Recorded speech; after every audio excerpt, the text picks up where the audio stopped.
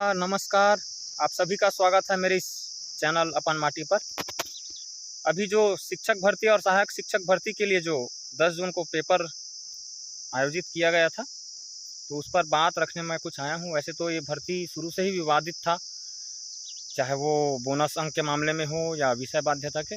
लेकिन अभी जो पेपर की बनावट है उसे देखकर और भी ज़्यादा विवादित हो जाता है। मैंने अलग अलग लेवल के जो ऐसे हैं कि जो 1 साल से भी तैयारी कर रहे हैं, 3 महीने से भी तैयारी कर रहे हैं, और ऐसा भी है कि कोई बिना तैयारी के भी पेपर दिला के आए हैं।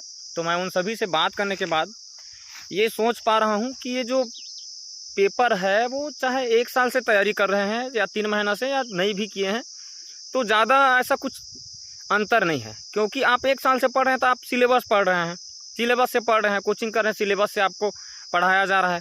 लेकिन जो पेपर में आया है वो तो बहुत बाहर से आया है, तो वो उसका कोई ऐसा महत्वपूर्ण नहीं रह जाता कि आप कितने दिन से पढ़ रहे हैं या नहीं पढ़े हैं। तो एक चीज़ तो ये, और दूसरी चीज़ कि ये जो पेपर की बनावट है, तो आप खुद सोच के देखिए। आप सीजी टेट या पुरानी जो भर्ती हुई है उसका आप प्रश्न पत्र उठाकर देखिए, ज़मीन आसमान का अंतर है। अभी जो पेपर इन्होंने बनाया है वो स्पेशली अतिथि व्याख्याताओं को देखकर बनाया है। चाहे तो आप अभी हर सब्जेक्ट उठाकर देखिए, हालांकि सीडीपी था उतना नहीं था, सरल था, वो सबके लेवल का था।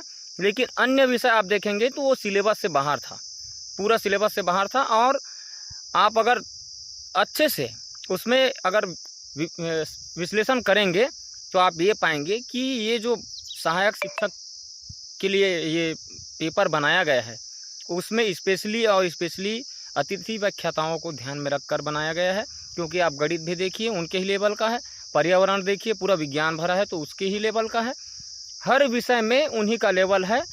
और ये तो लड़ाई शुरू से ही है कि भाई अगर परीक्षा हो रही है तो समानता होना चाहिए, लेकिन वो तो शुरू से ही बोनस की बात है।